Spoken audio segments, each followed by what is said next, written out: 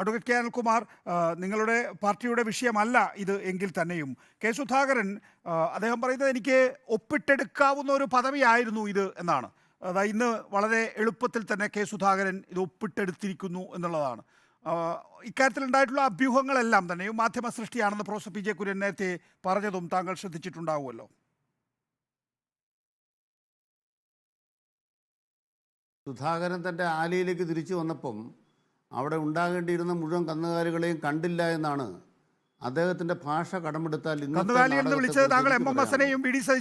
അദ്ദേഹം ഇന്നലെ നടത്തി. അല്ലല്ല, സുധാകരന്റെ ആലയിലേക്ക് തിരിച്ചു ചെന്നപ്പോൾ അദ്ദേഹത്തിന്റെ സഹജീവികളെ കണ്ടില്ല എന്ന് പറയുമ്പോൾ സുധാകരന്റെ ആലയിലെ കന്നുകാലികളെ എന്നാണ് താങ്കൾ പറഞ്ഞത്. ഇനി അല്ല, ഞാൻ പറഞ്ഞില്ല, മറിച്ച് സുധാകരൻ എങ്ങനെയാ പറയുന്നതെന്നുള്ളത് നമ്മൾ കണ്ടിട്ടുണ്ടല്ലോ. അവിടെ ഹസനും അതുപോലെ തന്നെ സതീശനും വരാതെ വരുമ്പോൾ ആലപ്പുഴ വെച്ച് ഷാനിമുൾ ഉസ്മാൻ്റെ ചെവിയിൽ പറഞ്ഞ കാര്യം നമ്മൾ കേട്ടിട്ടുണ്ടല്ലോ. ബാബു പ്രസാദിൻ്റെ ചെവിയിൽ എന്തായിരിക്കും പറഞ്ഞിരിക്കുക യഥാർത്ഥത്തിൽ? ഞാൻ പറഞ്ഞത് സുധാകരൻ്റെ ആരയിൽ നിന്നും ഏതാണ്ട് ഒഴിഞ്ഞു പോകുന്ന പോലെ അദ്ദേഹം ഒരു പ്രയോഗം നടത്തിയപ്പോൾ ഞാൻ തിരിച്ച് അദ്ദേഹം പറഞ്ഞതാണ്. ഇനി വേണേൽ നമുക്ക് തിരുത്താമല്ലോ. അദ്ദേഹം പറഞ്ഞ് താൻ തൊടൽ പോയൊരു പട്ടിയാണ്.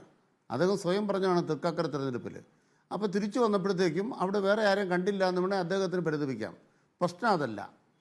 മാരാർജി ഭവനിൽ ചാർജ് എടുക്കുമെന്ന് വെല്ലുവിളിച്ചപ്പോഴാണ് യഥാർത്ഥത്തിൽ KPC പ്രസിഡന്റിൻ്റെ കസേര തൽക്കാലം അവിടെ ഇട്ടുകൊടുത്തേച്ച് മറ്റുള്ളവരെല്ലാം ഓടി രക്ഷപ്പെട്ടത്.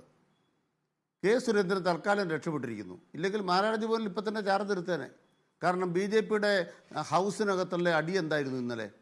എല്ലാ സീറ്റിലും തോക്കാൻ പോകുന്ന, പല സീറ്റിലും കെട്ടിവെച്ച കാശ് പോലും കിട്ടാത്ത BJPയിൽ എന്തടിയാണ് കേരളത്തിൽ നടന്നുകൊണ്ടിരിക്കുന്നത്? അതിനേക്കാൾ വലിയ അടിയാണ് കോൺഗ്രസ്സിൽ. പുതുപ്പള്ളി തെരഞ്ഞെടുപ്പിന് നമ്മൾ കണ്ടു. ആ തെരഞ്ഞെടുപ്പിന് കണ്ട അതേ പിടിവലി എന്ന് പറയുന്നത് ഇന്നും കോൺഗ്രസിനെ തുടരുന്നു എന്ന് മാത്രമല്ല, ഇപ്പം അത് അണപൊട്ടി പുറത്തേക്ക് ഒഴുകിയിരിക്കുകയാണ്. ഇവിടെ അങ്ങനെയാണോ ശ്രീ ശങ്കുടിദാസ് ഈ മാരാർജി ഭവനെയും ബിജെപിയെയും പറയട്ടെ? ഒരു വാക്ക് പറഞ്ഞിട്ട് ഒരു വാക്ക് പറയണം. അതായത് ബഹുമാനപ്പെട്ട PJ കുര്യൻ സാർ പറഞ്ഞതിനോട് ഒരു വാക്ക് കൂട്ടിച്ചേർക്കാനുണ്ട്. ഏതെങ്കിലും ഒരു മാധ്യമപ്രവർത്തകൻ ചോദിച്ചപ്പോൾ പ്രകോപിതനായി പറഞ്ഞ മറുപടി അല്ല ബഹുമാനപ്പെട്ട സുധാകരൻ്റെത്.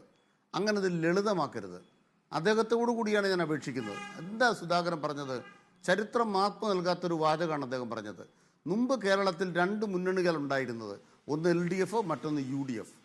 ഇപ്പോൾ ഓൾട്ടർനേറ്റീവ് ഉണ്ട്. BJP ഓൾട്ടർനേറ്റീവാണ്. BJP ഓൾട്ടർനേറ്റീവാണ് എന്ന് KPCCയുടെ വർക്കിംഗ് പ്രസിഡന്റിന്റെ കസേര ഇരുന്നുകൊണ്ട് പറഞ്ഞയാളുടെ നേതാവാണ് സുധാകരൻ. അദ്ദേഹമാണ് KPCC പ്രസിഡന്റ്. വളരെ പ്രധാനപ്പെട്ട പോയിന്റ്.